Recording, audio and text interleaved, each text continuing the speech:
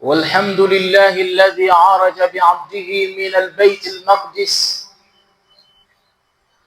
إلى ما بعد سدرة المنتهى في أعلى العليين. وأشهد أن لا إله إلا الله وحده لا شريك له ولي الصالحين. وأشهد أن سيدنا وحبيبنا ومولانا وقرة أعيننا محمدا عبده ورسوله سيد الأولين والآخرين. اللهم صل وسلم وبارك على سيدنا ومولانا محمد صاحب التاج والمعراج والبراق والعلم، دافع البلاء والوباء والمرض والقحط والألم، اسمه مكتوب مشفوع مرفوع منقوش في اللوح والقلم، سيد العرب والعجم، جسمه مقدس معطر منور منقوش في البيت والحرم، شمس الدجى شمس الضحى بدر الدجى نور الهدى كهف الورى مصباح الظلم جميل الشيم صاحب الجود والكرم، والله عاصمه وجبريل خادمه والبراق مركبه والمعراج سفره وسدرة المنتهى مقامه، وقاب قوسين مطلوبه والمطلوب مقصود والمقصود موجود، سيد العالمين رحمة للعالمين، سيد العرب والعجم، إمام القبلتين، أبي القاسم محمد بن عبد الله. يا أيها المشتاقون لنور جماله صلوا عليه وسلموا تسليما. إخواني في الله، أنتقل بحضاراتكم من هنا إلى هنا وما أدراك ما هنا. أنتقل إلى بيت المقدس بفلسطين لكي أن نصعد مع حبيب الله سيدنا محمد صلى الله عليه وآله وصحبه وسلم إلى السماء الأولى وإلى الثانية وإلى الثالثة وإلى الرابعة وإلى الخامسة وإلى السادسة وإلى السابعة وإلى ما بعد سدرة المنتهى إن شاء الله تعالى. إخوة الإيمان والإسلام، baada ya kumhimidi Mwenyezi Mungu Subhanahu wa Ta'ala na kumsalia bwana mtume Muhammad sallallahu alayhi wa alihi wa sahbihi wa sallam, tuchukue fursa hii adhim kumshukuru Mwenyezi Mungu Subhanahu wa Ta'ala ambaye kwamba ametukusanya tena katika nyumba yake kama alivyotukusanya katika juma lililopita, ikiwa leo tupo juma la kwanza katika mwezi wa Shaaban. Ikhwani fillah, juma lililopita tuligusiwa katika safari ya mtume Muhammad sallallahu alaihi wasallam, rihlatuhu ardhiyatun, safari yake ya ardhi, na tukaahidi kwamba juma hili la leo tutazungumzia safari yake ya anga, safari yake ya kwenda mbinguni. Ikhwani fillah, innal Qur'ana حينما تعرض لحديث الإسراء تعرض صراحة. Qur'an ilipoizungumza safari ya Isra, mtume kutoka Makka kwenda Baitul Maqdis, ilizungumza kwa maneno yaliokuwa wazi. Mwenyezi Mungu akisema subhanalladhi asra bi'abdihi laylan min al-masjidil harami ila al-masjidil aqsa. Wa hinama jaa lihadith al-mi'raj ta'arrada lahu kama yaquluna iltizaman. Lakini Qur'an ilipoizungumza safari ya mtume kwenda mbinguni, safari ya mi'raj, Qur'an ilizungumza iltizam. Kuna kitu kinaitwa iltizam kwa ishara. Kama unavyoona moshi, ukiona moshi unafuka kibinadamu utasema kwamba pale pana moto unawaka, ama sivyo? Sasa ile ni iltizam, kwa sababu ya kitu fulani, ni dalili kwamba kitu fulani kimetendeka. Sasa Mwenyezi Mungu Subhanahu wa Ta'ala hakuileta li anna Allah Subhanahu wa Ta'ala lam yaqul subhana alladhi araja bi'abdihi laylan min albayt almaqdis ila ma ba'da sidratil muntaha mathalan. Mwenyezi Mungu hakusema kwamba utakatifu wa mawi, utakatifu na wa upungufu katika sifa zake na dhati yake ni wa yule ambaye kwamba amempeleka mtumi wake kutoka Baitul Maqdis mpaka juu mbinguni. Hiyo aya hakuna. Mwenyezi Mungu Subhanahu wa Ta'ala akaleta sura inaitwa Suratul Najm. Isome kuanzia aya ya kwanza mpaka aya ya 18.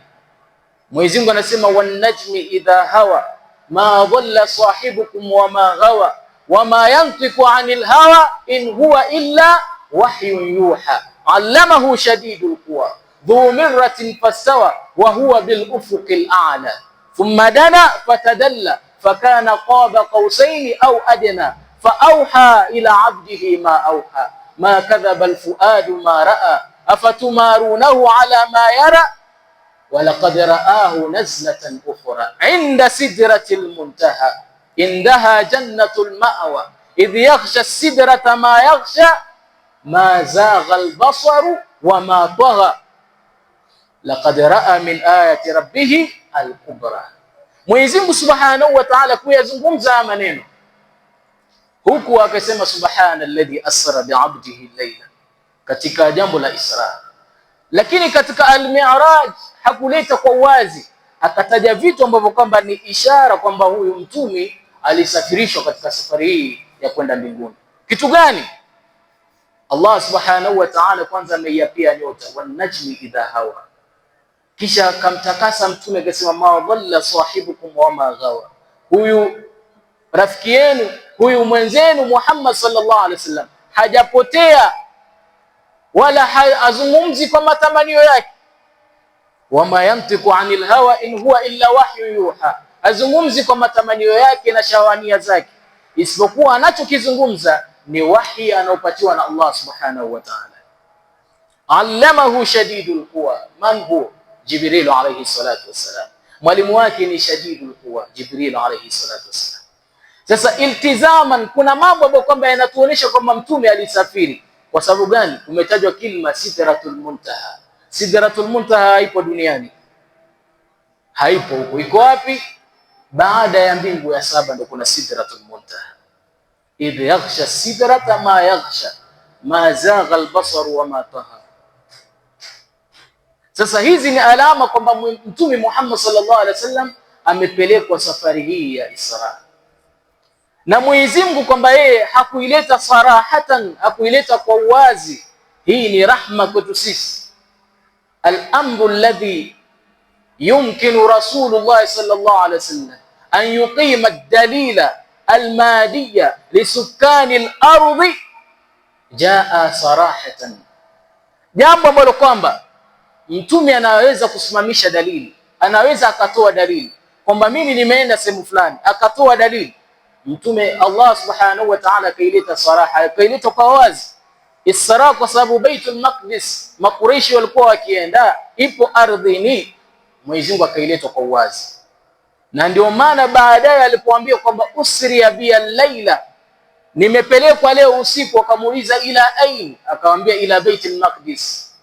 Wakasema thumma dhaharta baina dhaharanina, kisha wewe ukaja asbahta baina dhaharanain, ukapambaukiwa baina yetu sisi, umeenda Baitul Maqdis mpaka leo, ukarudi leo siku moja, na sisi tunaenda mwezi kwenda na kurudi mwezi.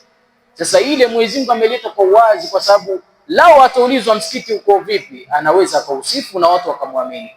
Lakini Sidratul Muntaha akitaja Baitul Maamur, akitaja mbingu ya saba, hakuna ambaye kwamba amefika.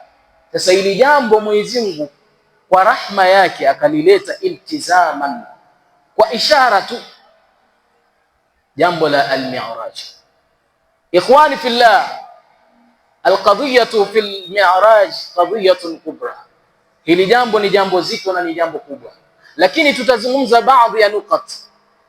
Mtume Muhammad sallallahu alaihi wasallam baada ya kuwasalisha mitume na malaika katika Baitul Maqdis, akaletewa vile vyombo vitatu, kisha thumma utiya bil Mi'raj alladhi alayhi ta'ruju arwahul bani adama, akaletiwa mi'raj. Mi'raj ni ngazi. Ngazi hii ambayo kwamba arwah za wanadamu zinapanda kupitia ngazi kama hii. Mtu akifariki, ngazi hii ndio inatumika roho yake kupanda kwenda mbinguni, ikiwa ni mtu mwema.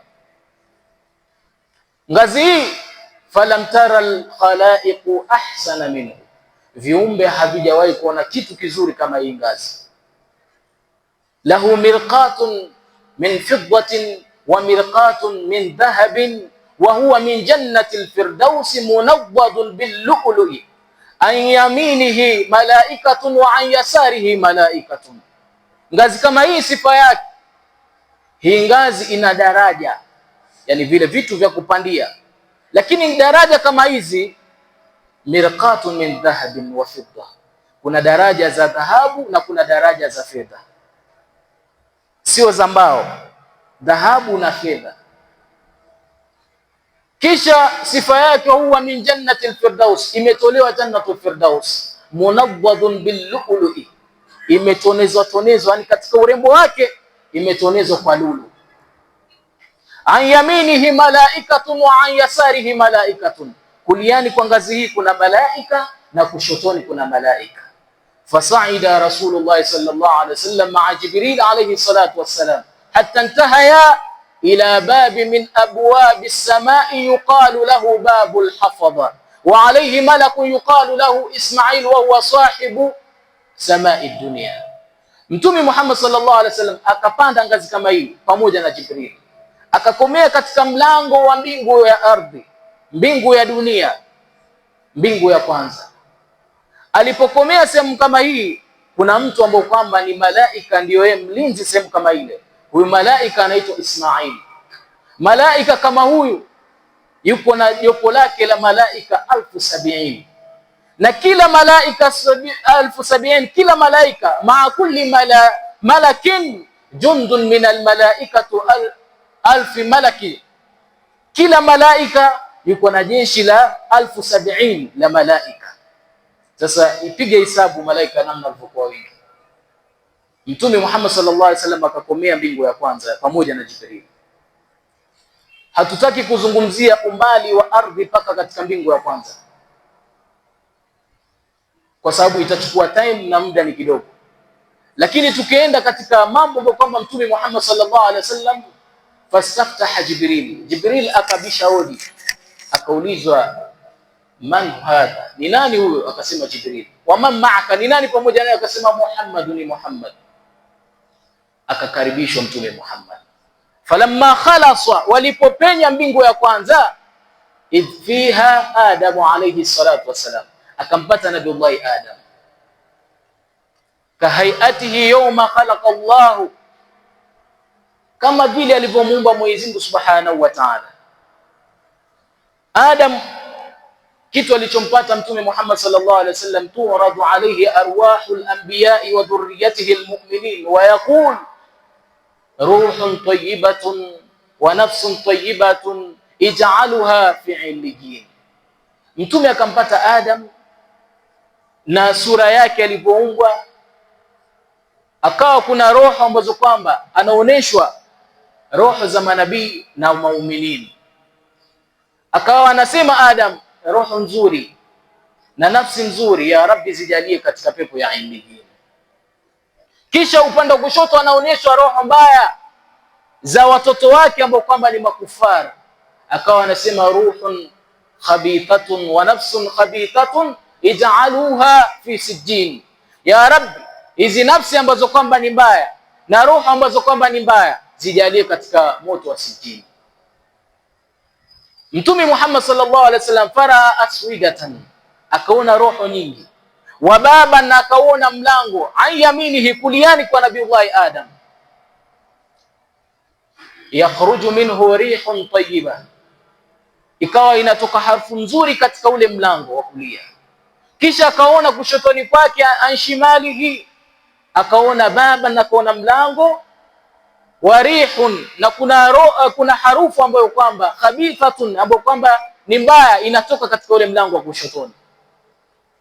Sasa Nabiullahi Adam akawa anaangalia upande wa kulia, basi anacheka huko akitoa bishara. Akiangalia upande wa kushoto analia huku akihuzunika. Akamsalimia Nabiullahi Adam, akasema marhaban bibni salih, karibu kijana uliokuwa mwema wa nabii salih na mtume uliokuwa mwema. Akamwombea dua. Mtume anamuuliza Jibril, ni nani huyu? Anaambiwa huyu ni baba yako Adam.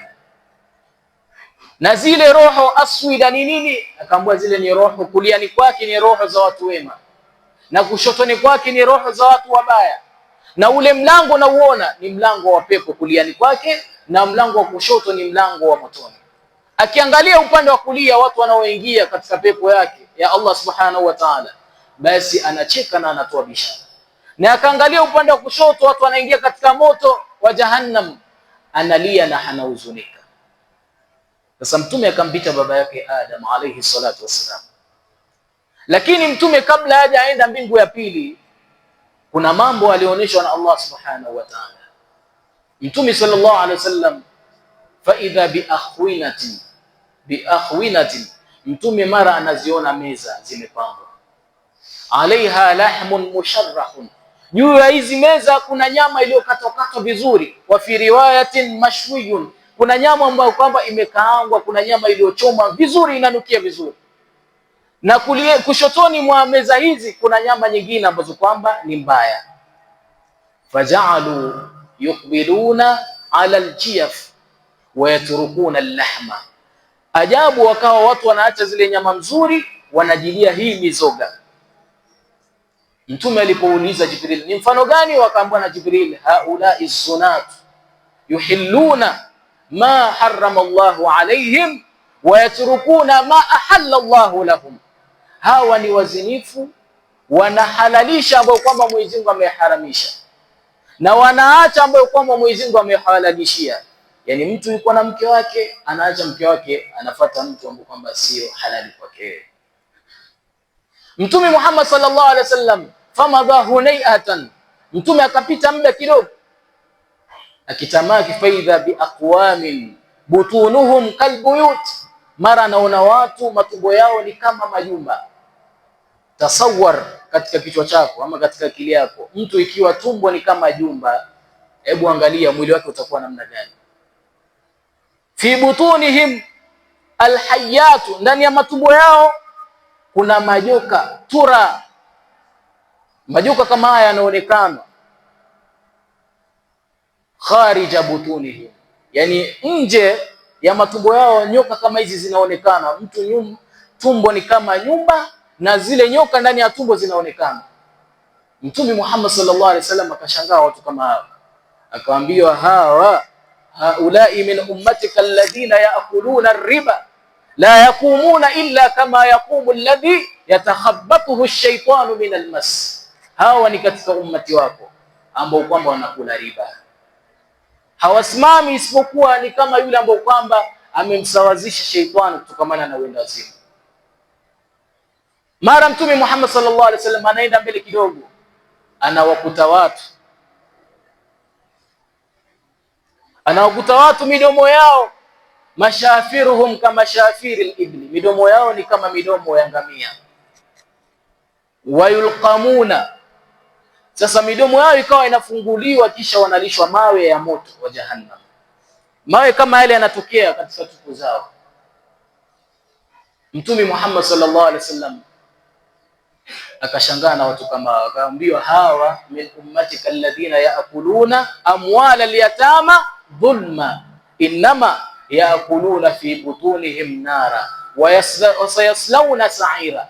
Mtume akaambiwa na Jibril, hawa ni katika ummati wako ambao kama wanakula mali za mayatima. Mara Mtume Muhammad sallallahu alaihi wasallam anaona wanawake ambao kwamba wameinamishwa chini, kisha katika maziwa yao zimetundikwa na makoleo. Mtume Muhammad sallallahu alaihi wasallam akashangaa, akaambiwa haulai allawat au allati yaznina wa yaqtulna auladahunna, hawa ni wanawake ambao kwamba wanazini, kisha baada ya kuzini wanafanya abortion, hali ambayo kwamba walikuwa nayo.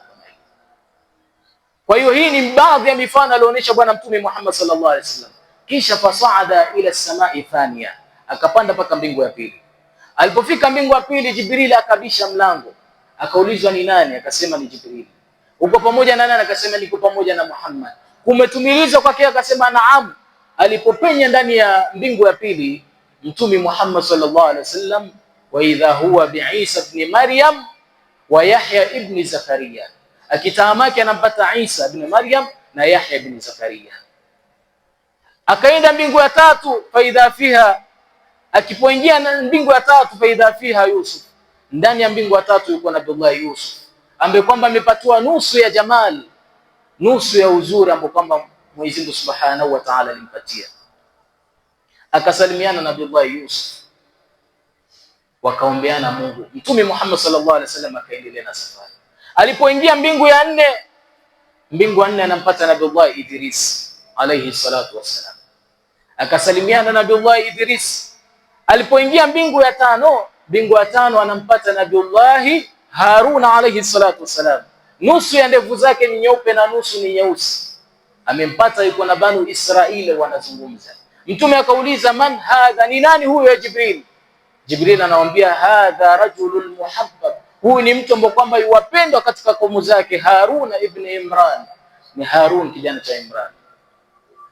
Mtume Muhammad sallallahu alaihi wasallam akaenda paka mbingu ya sita. Mbingu ya sita anampata Kalimullah Musa alayhi salatu ala nabiyina salam, anampata Nabii Musa. Nabii Musa akawa anahuzunika baada ya mtume kuondoka, akasema, watu wa Bani Israili wanadai kwamba mimi akramun khalqillahi inda Allah min hadha, kwamba mimi ni mtukufu kuliko huyu mbele ya Allah, lakini huyu ni mtukufu kuliko mimi. Kitu ambacho kwamba Nabii Musa alilia akasema kwamba huyu Muhammad pamoja na ummati wake wataingia peponi mbele yangu. Hicho ni kitu ambacho kwamba chaniliza mimi. Angalia fakri ambayo kwamba tumeipata sisi ummati Muhammad sallallahu alaihi wasallam. Alipoingia mbingu ya saba, anakutana na baba yake Abul Bashar athani, ama Abul Anbiya Khalilur Rahman Ibrahim alayhi salatu wassalam. Anakutana na Nabii Ibrahim. Nabii Ibrahim musannad, ni mwenye kuegemeza dhaharahu, mgongo wake ameuegemeza na nini? Fi Baitul Ma'mur, katika Baitul Ma'mur. Yuko katika pepo, ameketi katika kiti cha dhahabu, mgongo wake ameuegemeza katika Baitul Ma'mur. Akamwambia dua Mtume Muhammad sallallahu alaihi wasallam, kisha akamwambia Mtume Muhammad sallallahu alaihi wasallam, mur ummataka falyukthir min ghirasil janna, Muhammad, waamrishe umati wako wafanye wingi wa kumeesha mimea katika pepo ya Mwenyezi Mungu Subhanahu wa Ta'ala, kwa sababu hiyo pepo ni mchanga wake ni wenye rutuba. Ukimeesha mmea unakuwa, na pepo hiyo ni pana, ni wasia. Basi waamrishe umati wako wafanye wingi wa kumeesha hizo mbegu na hiyo mimea. Mtume akauliza, wama ghirasul janna, ni ipi hiyo mimea ya peponi? Akaambiwa, fa innahu la haula wala quwwata illa billahi al-aliyyil azim. Kumbuka kila unaposema hili neno la haula wala quwwata illa billahi al-aliyyil azim, unapanda mmea katika pepo yako. Na katika riwaya imekuja kwamba ghirasuha subhanallah walhamdulillah wala ilaha illa Allah wallahu akbar. Kwa hiyo ukithirisha na maneno uwe unayasema, ili uwe unapanda mimea katika pepo yako. Tumepata kwamba Mtume Muhammad sallallahu alaihi wasallam katika safari ya ardhini alikutana na mitume katika Baitul Maqdis, lakini cha ajabu, katika baadhi ya mitume aliyokutana nao Baitul Maqdis, anakutana nao katika mbingu. Anakutana na Nabii Adam katika mbingu ya kwanza, Nabii Isa na Yahya katika mbingu ya pili, Nabii Yusuf mbingu ya tatu, Nabii Idris mbingu ya nne, Nabii Harun mbingu ya tano, Nabii Musa mbingu ya sita, na Nabii Ibrahim mbingu ya saba. Kuna hikma gani? Ulama wanatuambia kuna hikma kubwa, lakini hii Isra na Mi'raj ni darsun, ni darasa sisi ummati Muhammad tuweze kukua na tuweze kupanda kidaraja mbele ya Allah Subhanahu wa Ta'ala. Kuna hikma gani tunaipata hapa? Mtume Muhammad sallallahu alaihi wasallam katika mbingu ya kwanza, tarakka al-ubudiyya, yarmuzu sayyiduna Adam alayhi salatu wassalam ila al-ubudiyyah al-haqiqiyyah. Nabii Adam, mtume kukutana na Adam anatufundisha sisi ama anatuashiria sisi katika al-ubudiyyah, ule uja mbele ya Mwenyezi Mungu Subhanahu wa Ta'ala. Kwa sababu gani? Mwenyezi Mungu anasema fatalaqa Adam min rabbih kalimatin fataba alayhi innahu huwa at-tawwabur rahim. Wewe kwamba ni mja Mwenyezi Mungu, ni kila time uwe utarudi kwa Allah, uwe utafanya toba kwa Allah Subhanahu wa Ta'ala. Kwa Nabii Isa alayhi salatu wasalam, Nabii Yahya, hapa wanatuonesha ama wanatuashiria safaul qalbi wa safaur ruhi wassalam. Wanatuonesha kwamba tunatakana tuwe na amani, tuwe ni watu wenye roho safi, tuwe ni watu wenye insaf katika maisha ya duniani, na ndio maana tutakuwa ni wenye daraja kubwa mbele ya Allah Subhanahu wa Ta'ala. Nabii Isa alayhi salatu wasalam katika sura Maryam, Mwenyezi Mungu anasema wassalamu alayya yawma ulidtu wa yawma amutu wa yawma ub'athu hayya. Na Nabii Yahya anasema nini Allah Subhanahu wa Ta'ala? Wasalamun alayhi yawma ulida wa yawma yamutu wa yawma yub'athu hayya. Kwa hiyo hapa wanatufundisha assalam wa safaul qalbi fi hayatina. Katika Nabii Yusuf alayhi salatu wasalam, taraqqa as-sabra, anatufundisha wa yushiru alaina wa yarmus alaina sabr. Tunatakana tuwe na subra katika shadaid. Thumma ya'ti min ba'di dhalika amun fihi yughathu an-nas wa fihi yasirun. Utakuja mwaka ambao kwamba baada ya ukame kuondoka, watu watapata nini? Watapata mvua, na ndani yake watapata mimea na matunda. Kwa hiyo tutambue kwamba inna ma ba'da al-usri yusra, si jengine. Baada ya uzito kuna faraja, baada ya ugumu kuna faraja. Katika mbingu ya 4, Mtume Muhammad sallallahu alaihi wasallam kukutana na Nabii Idris. Nabii Idris anatufundisha kwamba watu mujtamaa ama watu hawawezi kuendelea kimaisha mpaka wawe na ilmu. Mwenyezi Mungu anamsifu Nabii Idris, anasema warafa'anahu makanan aliyya, tulimrufaisha Idris makanan aliyya. Lakini rifa alipata kwa nini? Yeye ni awwalu man khatta bil qalam, mtu wa kwanza kutumia kalamu, Nabii Idris alayhi salatu wasalam. Kwa hiyo sisi tuwe ni watu ambao kwamba ni wenye maendeleo, turudi katika ilmu. Tukienda na Nabii Harun, Nabii Harun naye anatufundisha nini? Anatufundisha ad-da'am, musanada wa musharaka, kushirikiana na kutegemeana. Angalia Nabii Musa alayhi salatu wassalam, nasema waj'al li wazira min ahli Harun akhi ushdud bihi azri wa ashrikhu fi amri kay nusabbihaka kathira wa nadhkuraka kathira innaka kunta bina basira qala qad utita su'laka ya Musa. Nabii Harun alikuwa ni msaada mkubwa kwa Nabii Musa alayhi salatu wasalam. Nabii Musa naye anatupeleka sisi katika al-amal, anaturudisha katika al-yaqin, tuwe na matumaini na Allah Subhanahu wa Ta'ala, tumtarajie Allah Subhanahu wa Ta'ala, tuwe na yaqin na Allah Subhanahu wa Ta'ala. Mtihani unaokupata, rudi kwa Allah Subhanahu wa Ta'ala. Falamma tara al-jam'an, yalipoonana yale makundi mawili, kundi la Nabii Musa na kundi la Firaun alayhi al-la'na, ashabu Musa wakasema nini? Inna lamudrakun, sisi ni wenye kudirikiwa, sisi ni wenye kushikwa. Qala kalla inna ma'iya rabbi sahadin, mimi niko na Mola wangu ambaye kwamba ataniongoza.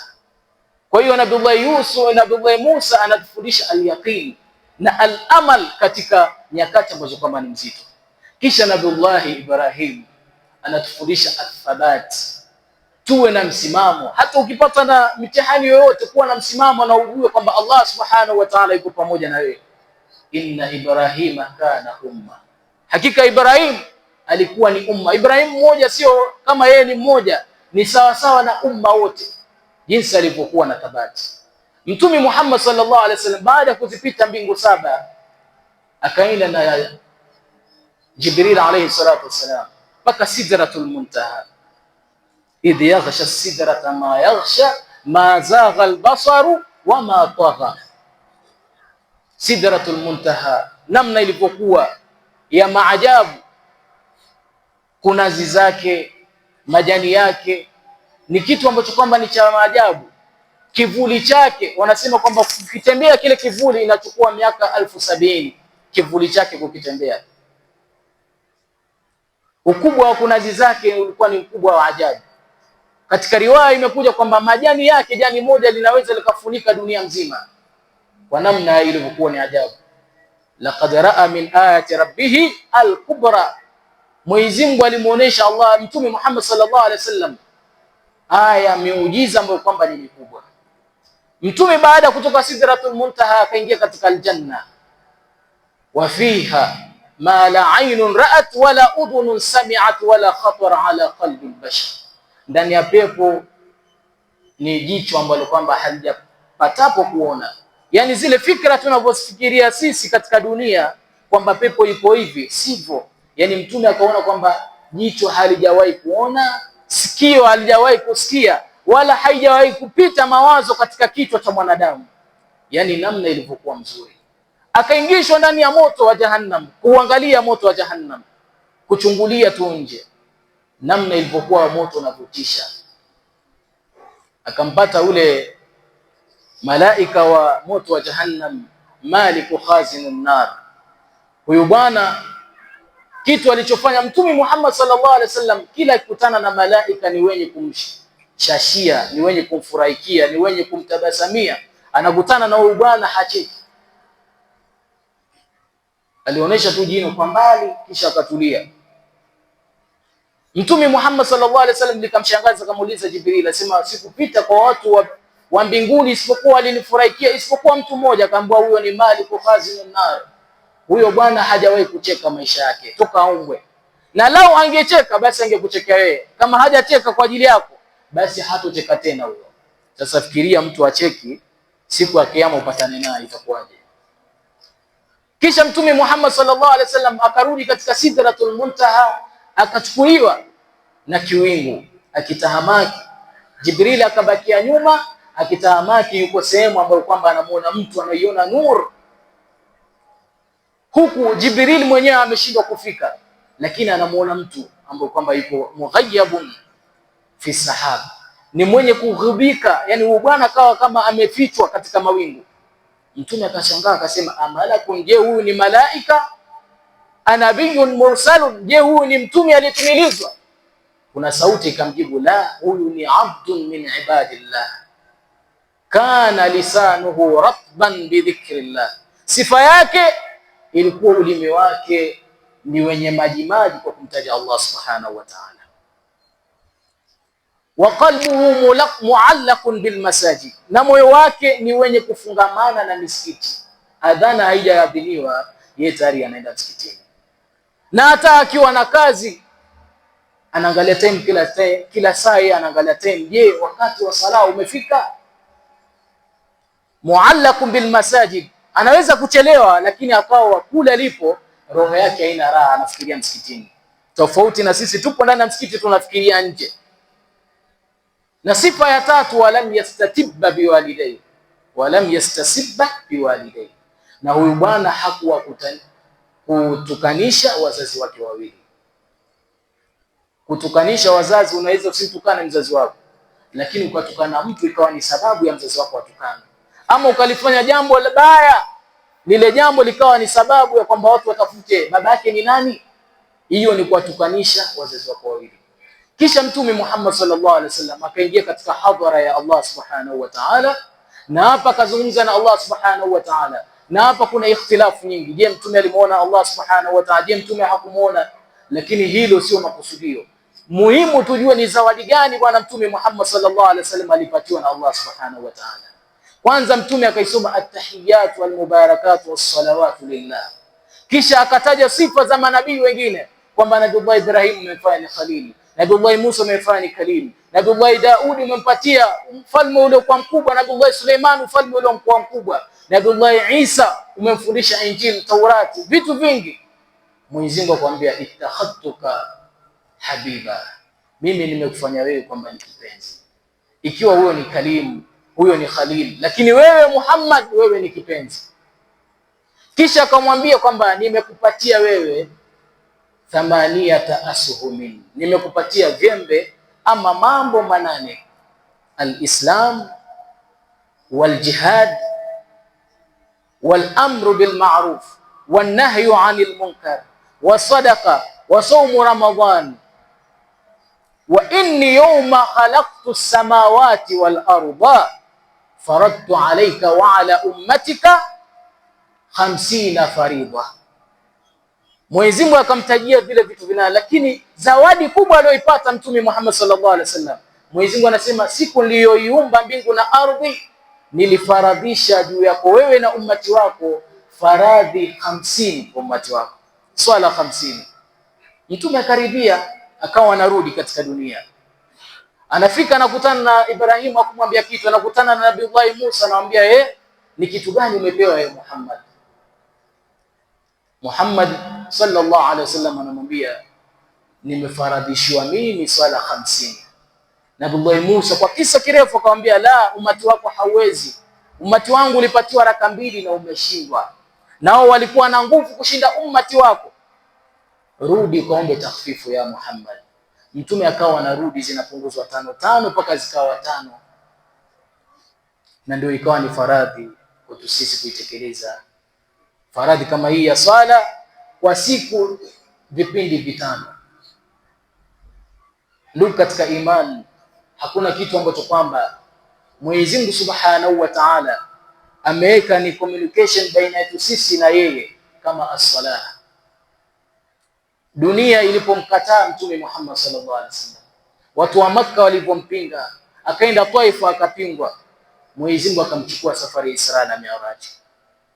Safari hii ni siku moja, lakini Mwenyezi Mungu akataka kwamba kuwe na muwasala daima, yani kuwe na communication ambayo kwamba itaendelea. Ni nini? Akampatia zawadi ya swala kila siku, kwamba afanye hili, itakuwa ni kama yuko karibu na yeye. Ndio tunaambia wasjud waqtarib, unaposujudu unakuwa karibu sana na Allah subhanahu wa ta'ala. Kama wewe ukutana na mtu ukiona ni dharura, huyu nimekutana naye bahati, kitu ambacho kwamba utafanya nini? Naomba namba yako basi ili tuzidi kuwasiliana. Mbona sisi hatutaki mawasiliano na Allah subhanahu wa ta'ala? Hii ndio zawadi ambayo kwamba ni kubwa Mtume Muhammad sallallahu alaihi wasallam alipatiwa, na ni zawadi ambayo kwamba ya kutufanya sisi maisha yetu ikiwa tuna dhiki turudi kwa Allah subhanahu wa ta'ala. Zawadi kama hii Mtume Muhammad sallallahu alaihi wasallam akaja nayo na akawafundisha maswahaba zake na akatufundisha sisi. Basi ni juu yetu sisi kwamba ibada zote zimefaradhishwa katika dunia, katika ardhi, isipokuwa ibada ya swala, kuonesha uzito wa swala na ukubwa wa swala na thamani ya swala. Mwenyezi Mungu azijalie nyoyo zetu ni zenye kufungamana na jambo la swala. Wa sallallahu ala sayyidina Muhammadin wa ala alihi wa sahbihi wa sallam.